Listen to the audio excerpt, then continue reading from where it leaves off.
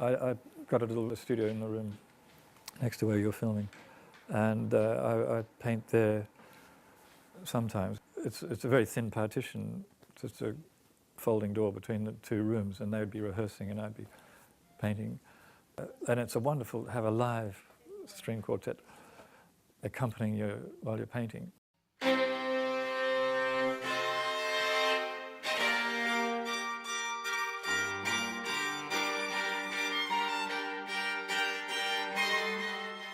Maybe that was the genesis of the idea to do a project like the Haydn.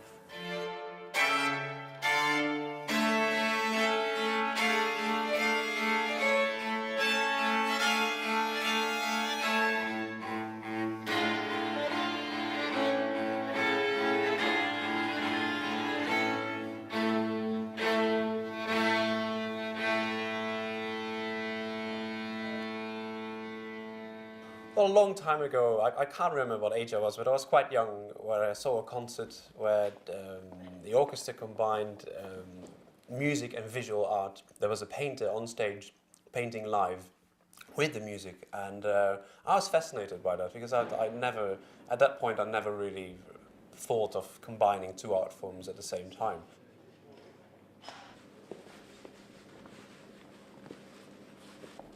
When I saw some works of Jamie, I saw the colours, the vibrant images, the really, really striking colours that were most important, I think.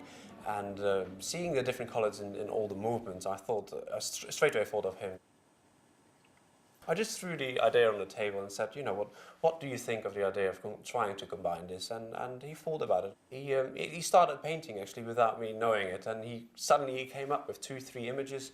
And I straight away thought that's going to be brilliant, it's really nice, let's keep going, and that's how it kind of grew.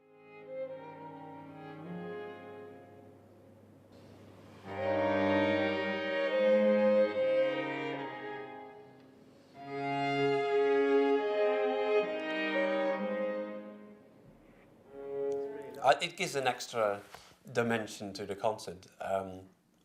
You also feel the audiences. There's a concentration level that is more intense, I think.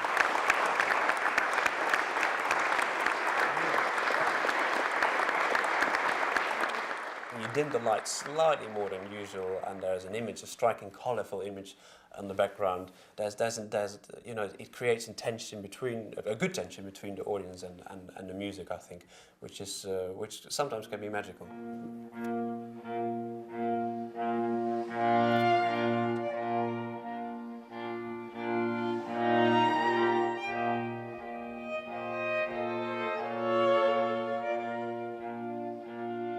Haydn was commissioned to write a piece for a church in Spain, where he was asked to write 7 slow movements, each lasting 10 minutes.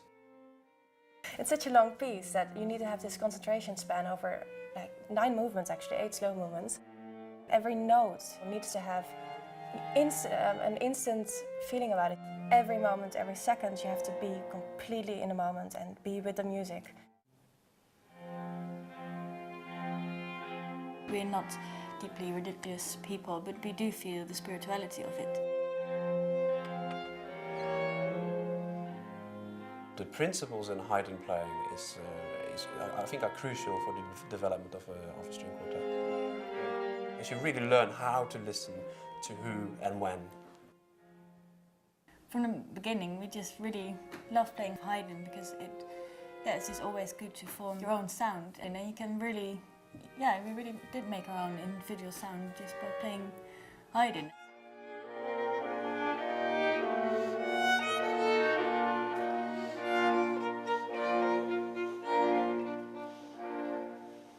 Once you feel that you work so well together, you can read each other's mind. Your brain is like working as one. That feeling is great, and it's really worth all the time and effort and love you put into this. I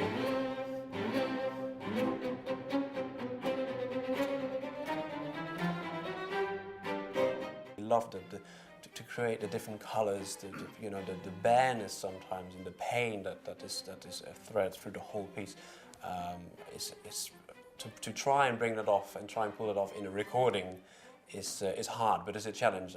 I think that really lies close to our heart. I think we'll learn a lot from just the constant listening back to ourselves and separating the feeling that you have necessarily from how it actually sounds.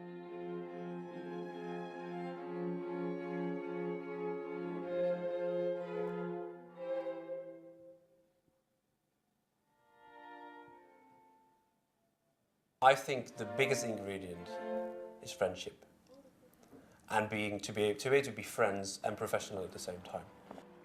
You need to have a kind of chemistry together, and especially in concerts, when you have that moment that everything just falls in place and it's exciting, and then yeah, you know that you want to continue whatever happens. So.